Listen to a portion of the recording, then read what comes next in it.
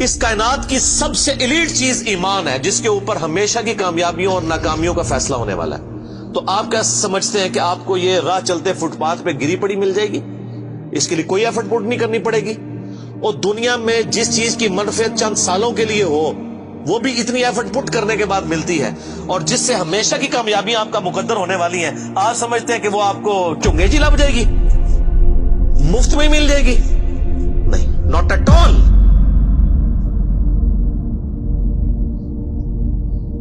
میری وائف نے جب پہلی دفعہ قرآن پڑھا نا شادی کے بعد، میں نے اس کو ایک قرآن کلاس ہوتی تھی رمضان شریف میں، تو میں نے کہا میں بچے وغیرہ میں دیکھوں گا، تم نہ صرف ایک دفعہ قرآن پڑھ لو تاکہ تمہیں پتہ چلے قرآن میں لکھا کیا ہوا ہے۔ قرآن آپ اکیلے بیٹھ کے تو ظاہر ہے اس طرح نہیں ہے، ایک ماحول ہوتا ہے، ایک ڈیکورم ہے، کلاس ہے جس طرح یہاں لوگ بیٹھے۔ تو رمضان میں پورا قرآن اس نے مکمل کیا نا، تو میں نے اس سے پوچھا تم نے کیا یعنی اس سے حاصل کیا؟ اس نے کہا جی اللہ بہت سخت ہے، اور جس خدا کا تعارف ہمیں ہمارے ماں باپ اور یہ معاشرہ کرواتا ہے وہ خدا نہیں ہے جو قرآن میں ہے۔ اللہ تو اپنے معاملات میں بہت سخت ہے۔ یہ کتاب انذار ہے، تبشیر اور بشارت ان کے لیے جو بات مانتے ہیں، جو نہیں مانتے ہیں ان کے لیے عذاب کا کوڑا ہے یہ کتاب، کیونکہ اللہ ہے نا، یہ کائنات اس نے اس لیے بنائی ہے کہ آپ جانوروں کی طرح کھائیں پیئیں، اولاد پیدا کریں اور مر جائیں۔ انسان کو اس نے اپنے لیے پیدا کیا ہے، پوری کائنات انسان کے لیے اور انسان کو اپنے لیے۔ وما خلقت الجن والانس الا لیعبدون۔ اچھا یہ جو بات ہے نا، ختم اللہ علی قلوبہم وعلی سمعہم وعلی ابصارہم، مور لگا دی ان کے دلوں پر، کانوں پر، آنکھوں پر، پردہ ڈال دیا، اب عذاب ہی ان کو آئے گا۔ یہ آپ نے اگر بات سمجھنی ہے نا تو آپ پارہ نمبر 7 کے آخری صفحے پہ آ جائیں۔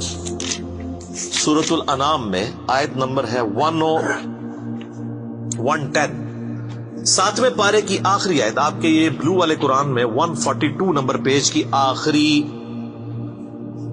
آیت 110 نمبر۔ وَنُقَلِّبُ أَفْئِدَتَهُمْ وَأَبْصَارُهُمْ، ہم پھیر دیتے ہیں ان کے دلوں کو اور ان کی آنکھوں کو، عقل اور ان کی آنکھوں کو، کہ وہ حق بات قبول نہ کریں۔ حق سے اللہ فرماتا ہے کہ میں ان کو حق سے اندھا کر دیتا ہوں۔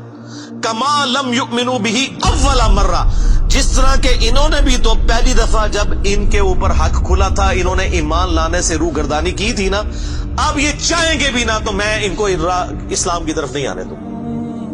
وَنَذَرُهُمْ فِي طُغْيَانِهِمْ يَعْمَهُونَ، اور میں ان کو چھوڑ دوں گا اپنی سرکشی میں بھٹکتے پھرے۔ وَلَوْ أَنَّنَا نَزَّلْنَا إِلَيْهِمُ الْمَلَائِكَةَ، اور اب اگر فرشتے بھی ان کے سامنے نازل ہوں، وَكَلَّمَهُمُ الْمَوْتَى، اور مردے قبروں سے نکل کے ان کے ساتھ بات کرنا شروع کر دیں، وَحَشَرْنَا عَلَيْهِمْ كُلَّ شَيْءٍ قُبُلًا، اور ہر چیز جن کا ان سے وعدہ کیا تھا ان کی آنکھوں کے سامنے آ جائے، قیامت بھی، عذاب بھی، سب کچھ بھی، مَا كَانُوا لِيُؤْمِنُوا، پھر بھی ایمان نہیں لے کے۔ یہ ہے سر کتابوں کا خدا، یہ نانی اماں، دادی اماں اور ماما نہیں ہے، یہ اللہ ہے۔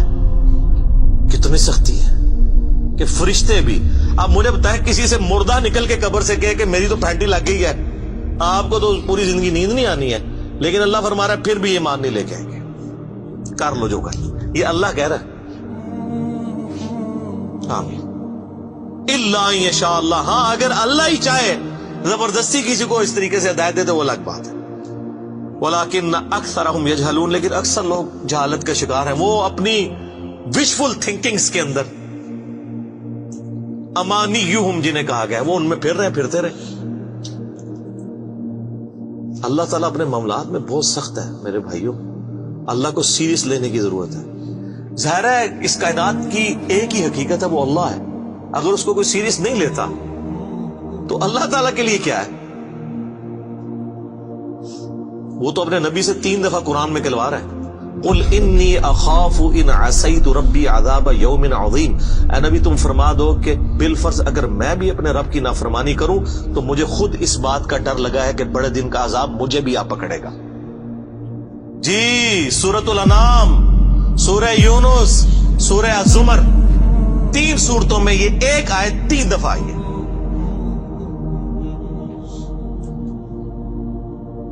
آپ مجھے بتائیں جو آپ کو کہتے ہیں جناب ہم بخشوا لیں گے، ہم اپنے مریدوں کو لے جائیں گے اور تو کھنگن نہیں دینا کسی نے ہوتے.